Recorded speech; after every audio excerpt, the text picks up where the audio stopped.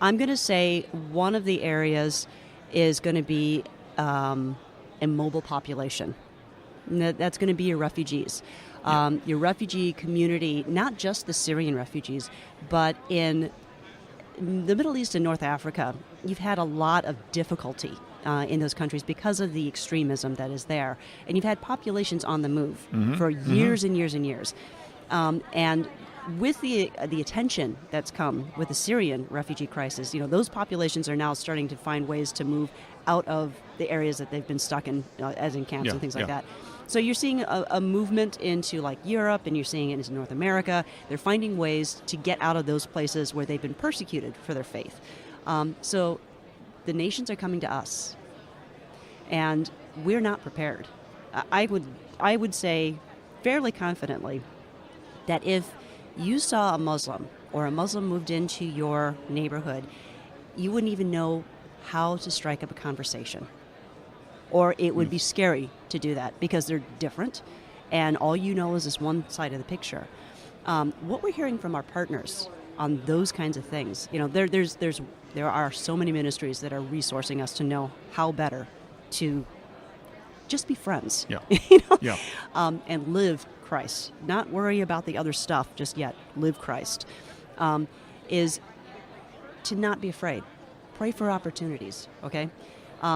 When you're saying dangerous areas, I'm not saying that they're dangerous. I'm just saying that the populations that have been displaced from some of these dangerous areas are coming to us in an unprecedented way.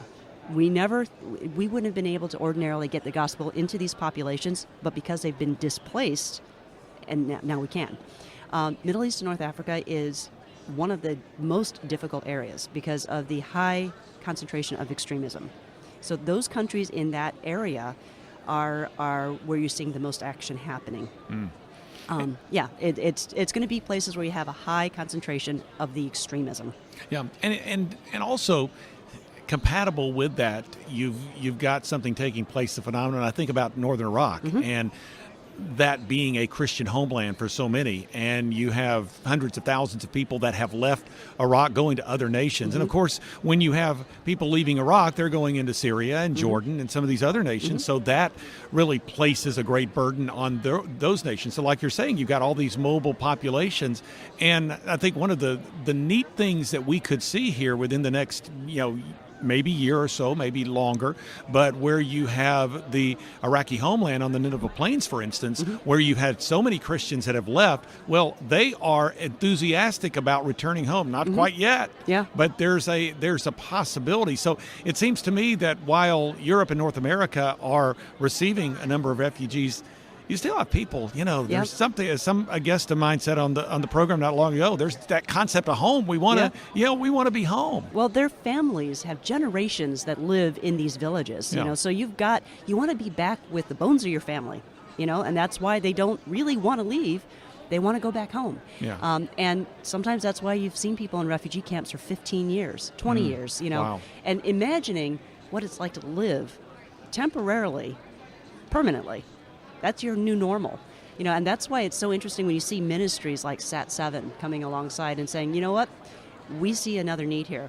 This temporary situation with the refugee movement, the mobile population of these people groups, has another need besides the immediate food and water and shelter.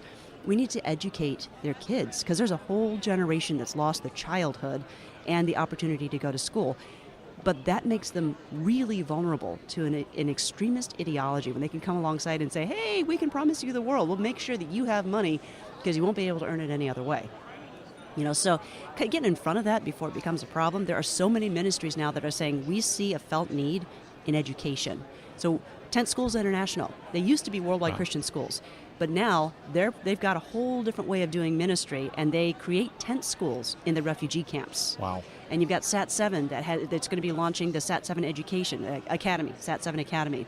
And they're going to be providing school on satellite television because even though you've got all these tents in a refugee camp, you've got satellite hookups. Isn't that something? They've got TVs in the tent. Quite a mental picture there. Yeah. So there's so many opportunities Wow. for the body of Christ to make a difference in some of these really dark situations.